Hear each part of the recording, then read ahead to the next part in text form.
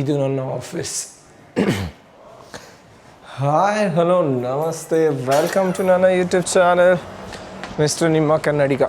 ಇದು ಇವಾಗ ಬ್ಯಾಕ್ ಸೈಡಿಂದ ಹೋಗ್ತಾ ಇದ್ದೀನಿ ನಾನು ನನ್ನ ಆಫೀಸ್ದು. So finally job ಸಿಕ್ಕಾಯಿತು.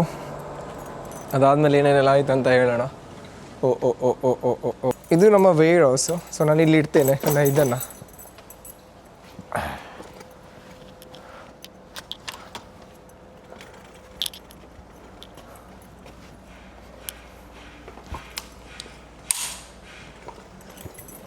ಚರ ಸ್ಟಂಟ್ ತೆಗಿಯೋ. ಓಕೆ, ಸೊ ಇವಾಗ ನಾನು ಆಫೀಸಿಂದ ಹೊರಡ್ತಾ ಇದ್ದೇನೆ. ನಾನು ಹೇಳಿದ್ದೆ ಪ್ರೀವಿಯಸ್ ವೀಡಿಯೋದಲ್ಲಿ ಲೈಕ್ ವೀಸಾ ಕೊಟ್ಟಿದ್ದಾರೆ, ಕೆಲಸ ಕೂಡ ಸಿಕ್ಕಿದೆ ಅಂತ. ಸೊ ವೀಸಾ ಎಲ್ಲ ಪ್ರೊಸೆಸಿಂಗ್ ಎಲ್ಲ ಆಲ್ಮೋಸ್ಟ್ ಮುಗ್ದಿದೆ. ಅದಾದಮೇಲೆ ಏನಾಯಿತು ಅಲ್ಲ ಅಂತ ಹೇಳೋಣ. ಅದಾದಮೇಲೆ ಇವಾಗ ನನಗೆ ಮೆಡಿಕಲ್ಗೆ ಹೋಗ್ಲಿಕ್ಕಿದೆ. ವೀಸಾ ಎಂಟ್ರಿ ವೀಸಾ ಬಂದಾದಮೇಲೆ ಒಂದು ಸಲ ಕಂಪ್ನಿಯಿಂದ ಸೊ ನಿಮಗೆ ಮೆಡಿಕಲ್ಗೆ ಹೋಗೋಕ್ಕಿರತ್ತೆ. ಮೆಡಿಕಲ್ ಆದಮೇಲೆ ನಿಮಗೆ ಐ ಗೆಸ್ 2 to 3 days ಇಲ್ಲ 5 days ನಿಮಗೆ ನಿಮ್ಮ ಎಮಿರೇಟ್ಸ್ ID ಬರುತ್ತೆ.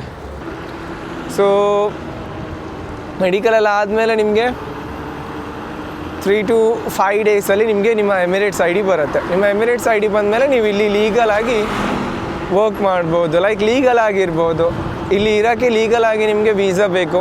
ವೀಸಾ ನಿಮ್ಮ ಹತ್ರ ಇದೆ ಅಂತ ಪ್ರೂವ್ ಆಗೋಕ್ಕೆ ನಿಮ್ಮ ಹತ್ರ ಎಮಿರೇಟ್ಸ್ ID ಇರಬೇಕು. ಹಿಂಗೆ ಇಂಡಿಯಾದಲ್ಲಿ ವೋಟರ್ ID, ಆಧಾರ್ ಕಾರ್ಡ್ ಎಲ್ಲ ಬರೋದು, ಅದೇ ಥರ ಇಲ್ಲಿ ಬರುತ್ತೆ. ಯಾವ ಕಂಪ್ನಿಯಲ್ಲಿ ವರ್ಕ್ ಮಾಡ್ತಾ ಇದ್ದೀರಾ, ನಿಮ್ಮ ಡೇಟ್ ಆಫ್ ಬರ್ತ್, ನಿಮ್ಮ ಯೂನಿಕ್ ಕೋಡ್ ಒಂದು ಬರುತ್ತೆ. ಸೊ ಅದಾದಮೇಲೆ ನೆಕ್ಸ್ಟ್ ಅದರಲ್ಲಿ ನೀವು ಯಾವ ಕಂಪ್ನಿಯಲ್ಲಿ ವರ್ಕ್ ಮಾಡ್ತಿದ್ದೀರಾ, ಕಂಪ್ನಿ ನೇಮ್ ಇರುತ್ತೆ, ನಿಮ್ಮದು ಪ್ರೊಫೆಷನ್ ಏನಂತ ಇರುತ್ತೆ. ಅದಾದಮೇಲೆ ನೆಕ್ಸ್ಟ್ ಬಂದಿರುತ್ತೆ ಅಲ್ಲಿ ವೀಸಾ ID ಇರುತ್ತೆ ಯಾವಾಗ ನಿಮ್ಮ ID ಇಶ್ಯೂ ಆಗಿದೆ, ಯಾವಾಗ ಎಕ್ಸ್ಪೈರ್ ಆಗುತ್ತೆ ಅಂತ. 2 years ಇರುತ್ತೆ. ಸಖತ್ತಾಗಿ ಗಾಳಿ ಇದೆ. ವಾಯ್ಸ್ ಏನು ಕ್ಲಾರಿಟಿ ಇಲ್ಲ ಅಂತ ಅಂದ್ಕೊಂಡಿದ್ದೀನಿ. ಸೊ ವಿಲ್ ಸಿ, ನೋಡೋಣ. ನಾನು ಇವಾಗ ಒಂದ್ಸಲ ನಂದು ಎಮಿರೇಟ್ಸ್ ID ಬಂದಾದಮೇಲೆ 2 to 3 months ಎಲ್ಲ ಆಗಿ ಕ್ಲಿಯರ್ ಆದಮೇಲೆ so I'll take the bike ಲೈಸೆನ್ಸ್ಗೆ ಅಪ್ಲೈ ಮಾಡ್ತೇನೆ.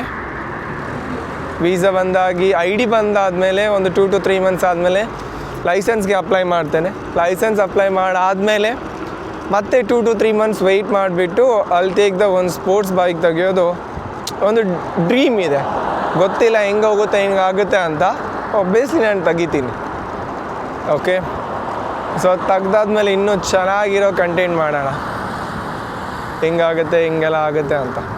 ಸೊ ಇವತ್ತು ಬಂದುಬಿಟ್ಟು ನನಗೆ ಹಾಫ್ ಡೇ, ಸಾಟರ್ಡೆ ಅಲ್ವಾ. ಮಾರ್ನಿಂಗ್ 9:30 10 ಸ್ಟಾರ್ಟ್ ಆದರೆ ವರ್ಕು 1:30-2 ಗಂಟೆಗೆ ಮುಗಿಯುತ್ತೆ. ಸೊ ಇವಾಗ ಆಗಿದೆ ಟೈಮ್, ನಾನು ಮುಗಿಸ್ಕೊಂಡು ಹೋಗ್ತಾ ಇದ್ದೀನಿ. ಇದು ನನ್ನ ಪಾಸ್ಪೋರ್ಟ್ ಮತ್ತು ಮೆಡಿಕಲ್ಗೆ ಬೇಕಾಗಿರೋ ಅಪ್ಲಿಕೇಶನ್ ನಂಬರ್ದು ಡಾಕ್यूमेंट्स ಇರುತ್ತೆ. दूसरा कंपनी ज्वाइन किया था मैं, गाँव वाला था, इसलिए मैं उन लोगों के ऊपर है ना एक विश्वास रहता है ना, उन लोगों के ऊपर लगा. वो बोला वीज़ा लगाएगा, उसका कंपनी का मसला था. वीज़ा नहीं लगाया, 2000 का ओवरस्टे का फाइन आया. मैं बोला मैं काम नहीं करेगा, 2000 का ओवरस्टे का फाइन आया. वो क्या बोला, हमारे तरफ से गलती है ना, तुम्हारा प्रॉब्लम नहीं है, हमारा कंपनी का प्रॉब्लम है. हम 2000 पे करेगा, तुम्हारा वीज़ा लगाएगा, थोड़ा सब्र करो.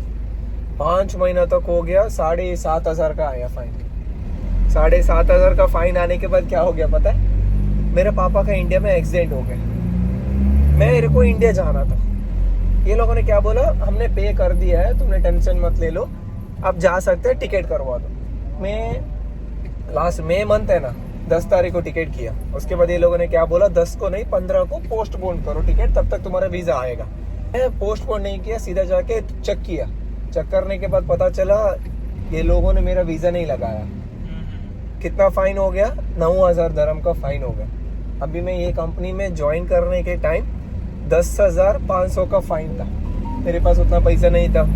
इंडिया में मम्मा का जो गोल्ड रहता है ना, वो मॉर्टगेज रख के लोन लेके उधर से 5,000 मंगवाया. और उसके बाद रात भाई है ना, रात भाई तो मैं जानता हूँ, रात भाई 5,000 दिया. Finally I am done. I am waiting for this moment. Medical ಆಗಿದೆ ಇವಾಗ. ಕಲಾಸ್, ನ್ಯೂ ವೀಸಾ. ಫೈನ್ ಎಲ್ಲ ಕ್ಲಿಯರ್ ಆದಮೇಲೆ ಸೊ ನೆಕ್ಸ್ಟ್ ನ್ಯೂ ವೀಸಾದ ಸ್ಟೇಟಸ್ ಚೇಂಜ್ ಆಗುತ್ತೆ. ವೀಸಾದ ಸ್ಟೇಟಸ್ ಚೇಂಜ್ ಆದಮೇಲೆ ನಿಮಗೆ ಬಂದು ಮೆಡಿಕಲ್ ಮಾಡೋದಿರುತ್ತೆ. ನೀವೇನು ಮಾಡೋದು ಬೇಡ, ಬಂದು ಕಂಪ್ನಿಯವರೇ ಕರ್ಕೊಂಡು ಬಂದು ಮೆಡಿಕಲ್ ಮಾಡಿಸ್ತಾರೆ. ಮೆಡಿಕಲ್ ಆಗಿದೆ, you can say this. So medical ಆದಮೇಲೆ ಮುಗೀತು. ಅದಾದಮೇಲೆ ಒಂದು 10 days ಆದಮೇಲೆ ನಿಮ್ಮ ನ್ಯೂ ಎಮಿರೇಟ್ಸ್ ID ಬರುತ್ತೆ. ಇದು ಇಲ್ಲಿನ ಸ್ಟೋರಿ. ಫೈನೆಲ್ಲ ಒಂದ್ಸಲ ಕ್ಲಿಯರ್ ಆದಮೇಲೆ ವೀಸಾ ಹಾಕೋಬೇಕು. ಇಮಿಡಿಯೇಟ್ಲಿ ಆಗಿ ವೀಸಾ ಹಾಕ್ಕೊಂಡಿದ್ದೀನಿ. ವೀಸಾ ಹಾಕ್ಕೊಂಡಾದ್ಮೇಲೆ ಮೆಡಿಕಲ್ ಆಗಿರುತ್ತೆ. ಮೆಡಿಕಲ್ ಎಲ್ಲ ಆದಮೇಲೆ 1-2 ದಿನ ಬಿಟ್ಟು ಒಂದು ಕ್ಲಾಸ್ ಇರುತ್ತೆ, ಆಯಿತಾ. ಇದ್ರ ಬಗ್ಗೆ ಎಲ್ಲ ಹೇಳ್ತಾರೆ, ಎಂಪ್ಲಾಯಿ ಜೊತೆ ಹಿಂಗಿರಬೇಕು, ಎಂಪ್ಲಾಯರ್ ಜೊತೆ ಹಿಂಗಿರಬೇಕು, ಅದು ಇದು ಎಲ್ಲ ಅಂತ, ಏನೇನು ರೂಲ್ಸು ರೆಗ್ಯುಲೇಷನ್ನು, ಸ್ಯಾಲ್ರಿ ಇದು, ಲೀವ್ ಸ್ಯಾಲ್ರಿ ಅದು ಇದು ಎಲ್ಲ ಅಂತ. ಅದಾದಮೇಲೆ ನಿಮ್ಮ ಎಮಿರೇಟ್ಸ್ ID ಬರುತ್ತೆ.